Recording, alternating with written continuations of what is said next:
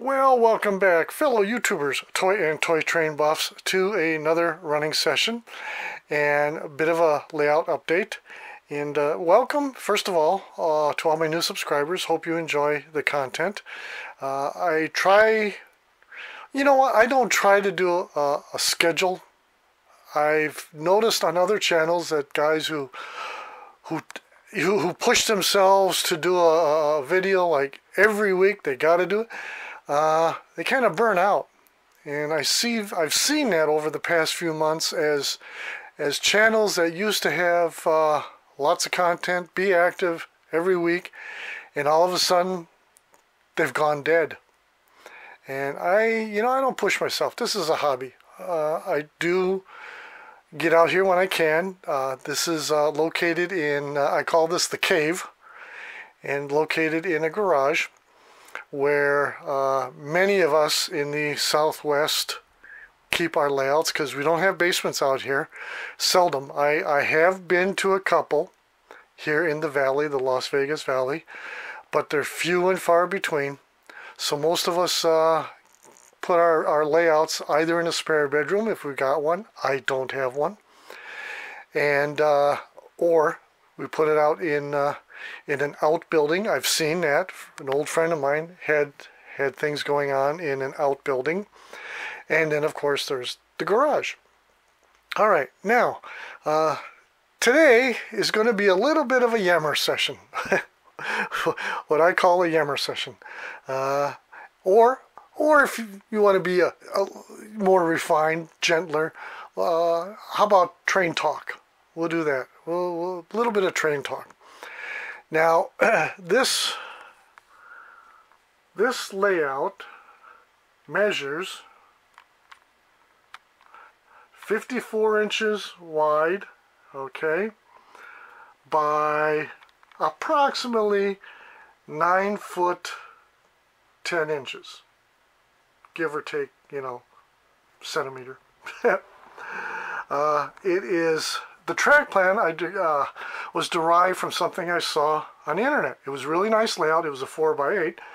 And what the gentleman had done is put an outside loop with no turnouts, which is what I need because I have a lot of engines that simply will not negotiate anybody's turnouts. Mark's engines are good for that. Lionel won't negotiate just any turnout or switch you put them on.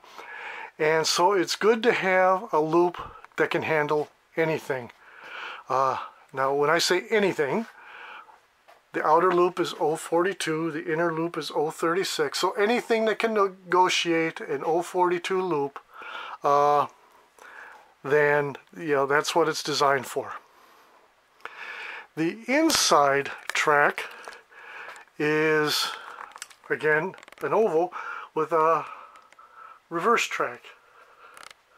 All right, there is a switch back there, and the track, if I can, goes in here where there is a Milwaukee Road Milwaukee Road engine shed. All right. And there's a reverse loop, and then another siding goes off to the Menards Sprecher Brewery. Now, I decided on this configuration, it's been about 2.5 years ago now, for this latest layout. I've had many layouts. This is kind of an experiment for me. It's the first time I've tried to do a big city look. All my layouts have had scenery, hills, mountains, whatever. My micro layout, edge of town micro layout, is a country layout, and it's got scenery, it's got hills, it's got all that. But I wanted to do something different. I wanted to do an homage to my hometown of Milwaukee. Now, I've been playing with building layout, setting and whatnot, and there were several considerations. First of all, if I have a city or a town, doesn't matter, small town, city, if I've got roads going in, I need roads going out. It just makes sense. Even on the edge of town, there's a road going in and a road going out. This particular layout has got this road here, a small road, that leads into the larger main drag, which goes off layout there, comes in here, goes out there, and then there's another side road. So if you're doing a big city, if you're doing downtown, you need streets. I gotta tell you, the layout I based this off of, the one I saw on the internet, was a nicely done layout. Don't get me wrong, nicely done. But what the gentleman had done, he had a street going in sideways, and there were buildings on either side, right? And right about in this area was a cul-de-sac. And all the buildings were nice, the modeling was nice, but that cul-de-sac was so small, even these like 1/43rd scale vehicles would have had a heck of a time, you know, backing in or out of that thing. And that I'm going, no. It's just, that's not for me. So that is kind of a layout design thing that you might want to consider. Next, what the hardest part for me here has been trying to find small enough buildings that will fit into this space, and sometimes I couldn't get the small buildings I wanted. Buildings that had a small footprint, as you know, as it were. I had bought this Menards York Hotel, as well as the Menards Engine Shed and Sprecher Brewery. I had bought those all before I decided to make this layout, the big city layout.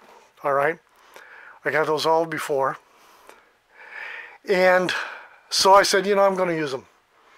So I decided that the right portion of the layout would be the industrial side, the yard area, etc. The left portion of the layout would be the city, all right? And it would include tall buildings, and lots of them. Well, or as many as I could squeeze in here. So, with that being said, I had gone through a couple, oh gosh, if you go through my videos, more than a couple, a whole bunch of different building placement changes. One thing I did last year was I took all my buildings and lined them up this way so that the fronts faced you.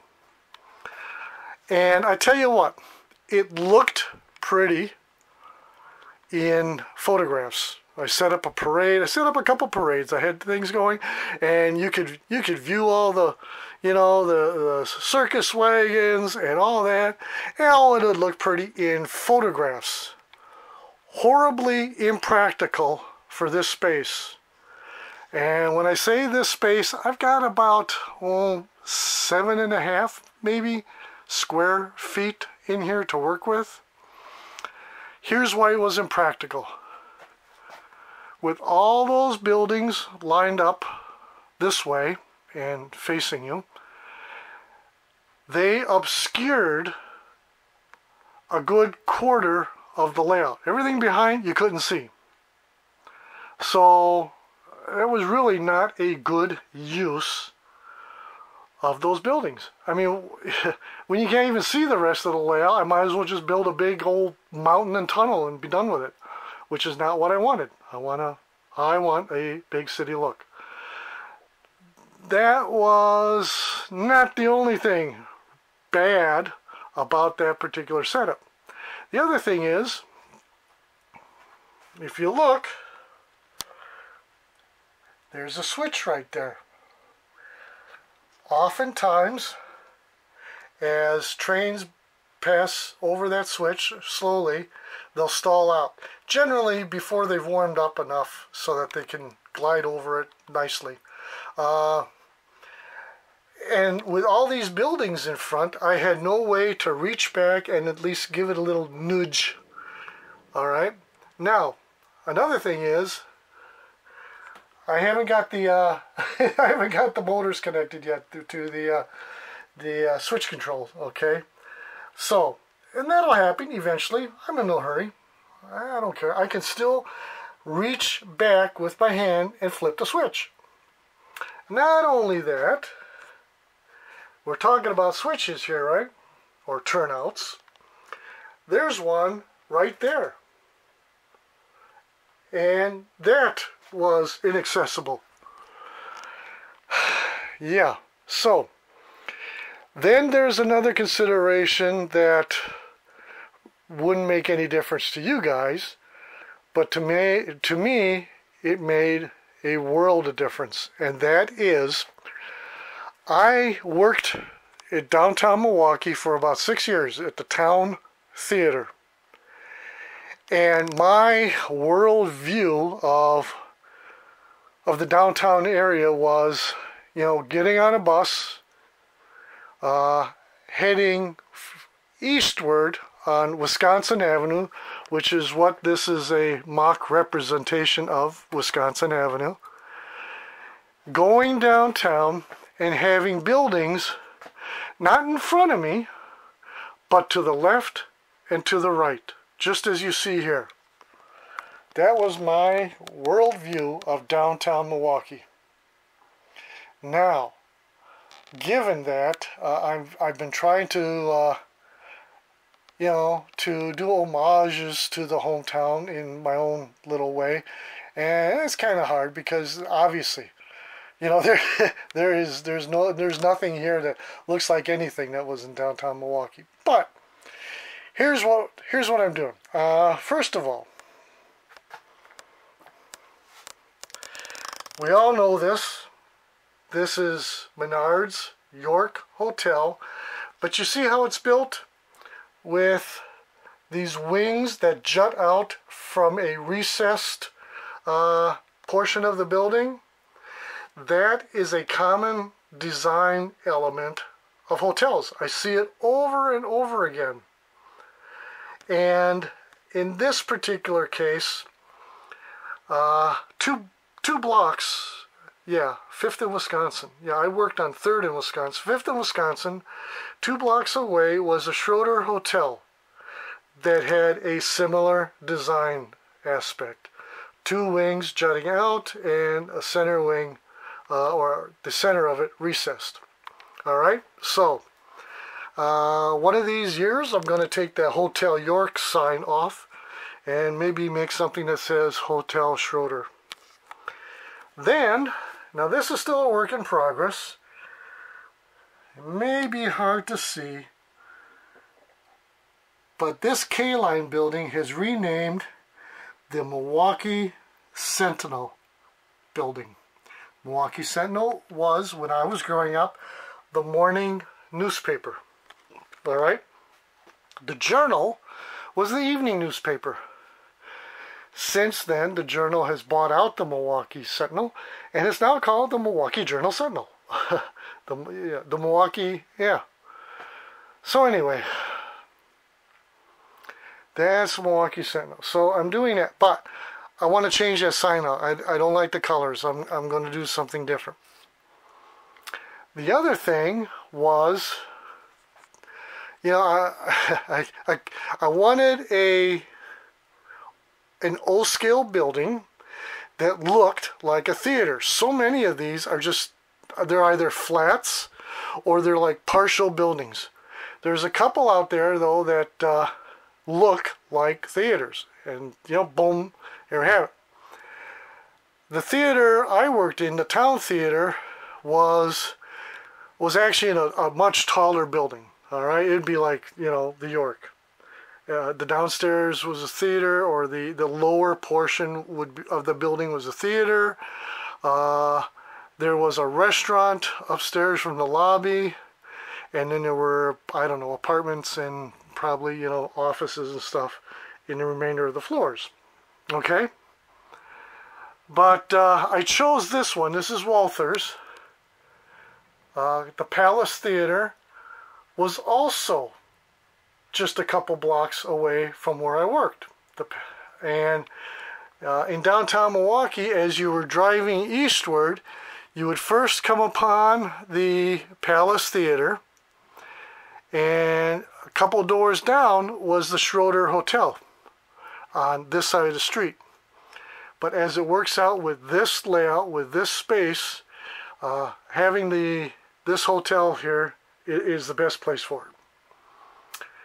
This spot, this is the K-Line, one of K-Line's building. It's actually their newspaper building with attic floors on. The original building comes with 2 floors, bottom and top. K-Line made additional attic floors, and so I added 1, 2, 3. And I think I got a kit over here for a 4th if I want to.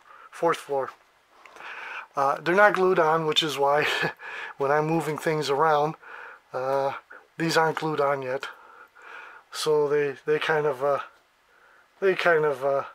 twist around and fall out of alignment.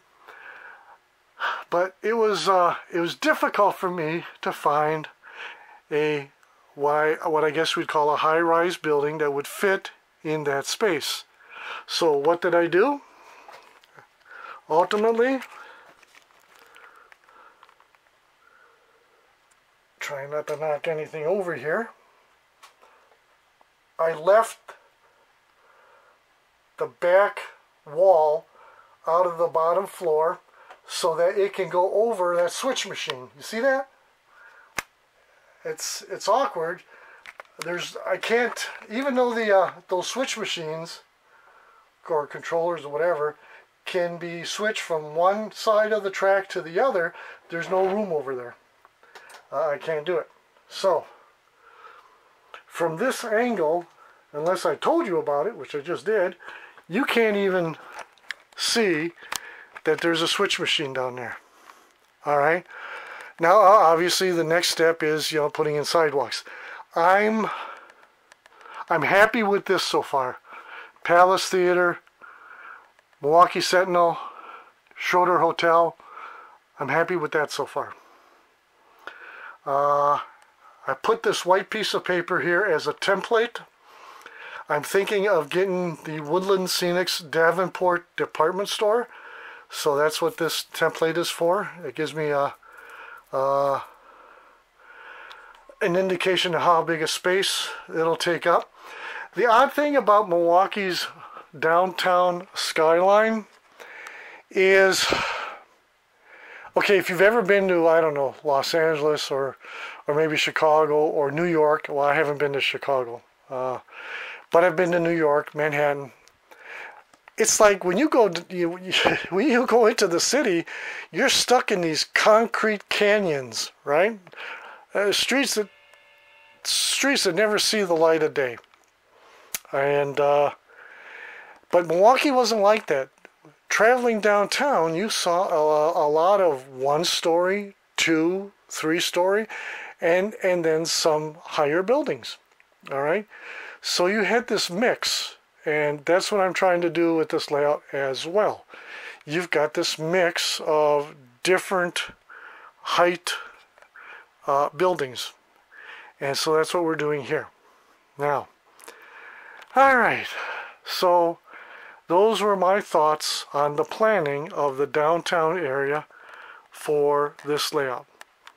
And like I said, there's still a lot of revisions to be made probably and whatnot, but there you have it. Now, what are we going to run for today's session? Well, I've got this nice MPC era Chicago Northwestern switcher.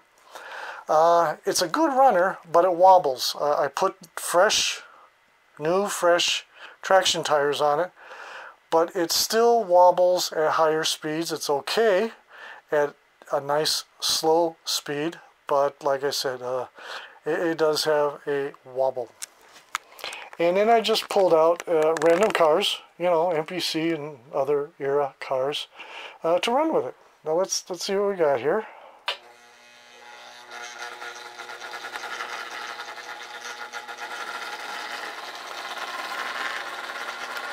Green Bay and Western.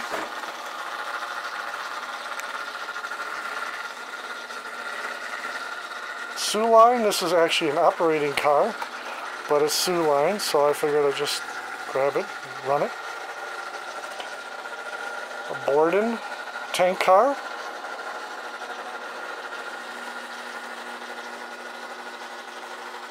Milwaukee Road gondola with cable wheels. Cracker Jack car. A Chicago Northwestern boxcar. And a Chicago Northwestern lighted caboose.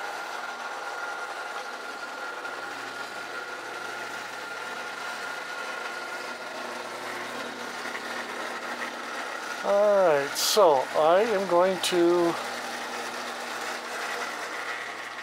stop that there. And before I forget, oh gosh, I hope I can do this now without making a mess. Alright, the camera's just going to stay in that position for a second or two. What I'm trying to do is loosen the cap for a smoke fluid. Now, I should have done this before we started the video, but I'm old, I forget. Alright. Alright. So I'm putting smoke fluid in the smokestack, which tells you something. It's a smoking car. Alright, again, trying to put the cap back on. Right? Alright, now let's talk about the next train.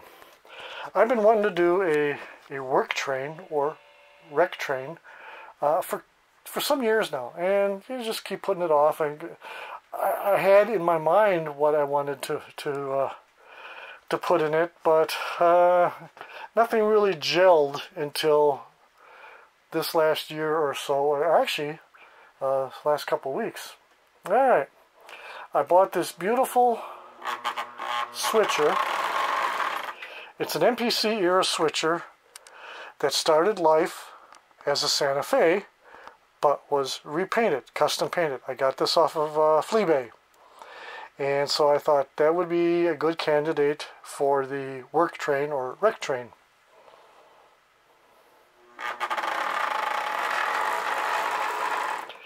A Lionel bunk car. A lot of rec trains had bunk cars and dining cars because their crew had to be out on the road for extended periods of time. I don't have a dining car. I should probably get another bunk car or something. But, you know, it's fine for right now. I'm using this Rail King car here, Searchlight car. I think that what would be better would be to have like a generator car hooked up to external searchlights, because you know, if you're trying to re-rail a derailment, and you're at, you know, it's at nighttime, you're going to need lights to work with. All right, and that was my thinking for pulling this out. It's really not 100% what I had in mind, but yeah, we'll go with it, right? Alright, then we've got this Shorty gondola, and this was also a repaint that I got off of Fleabay some years back. Really like it. Gosh, I wish I had more of these, but you know, hey, I like it. Then I took out a Rail King gondola and turned this into a wheel set car. Now I've seen pictures of real rec trains in action, and or work trains, and they oftentimes had cars with additional sets of wheel sets like this for use in clearing up train wrecks, you know, re-railing cars and getting them the heck out of there. Now the next up are two Menards Milwaukee Road flat cars that I got just last week or a week before, whatever. One is a car that I put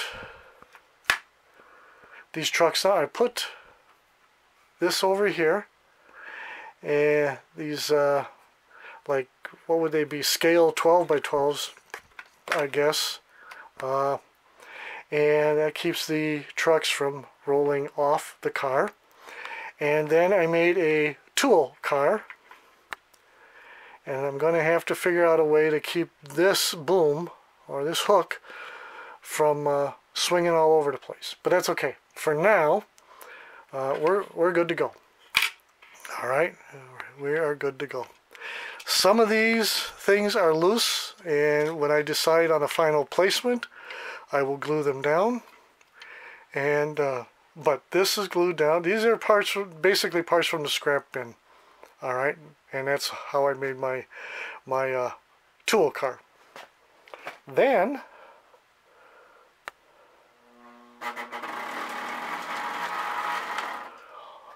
also a custom repaint. This started life as a post-war crane car from Lionel, and someone, I don't know who it was, repainted it to Milwaukee Road, and I love it. I just absolutely love it.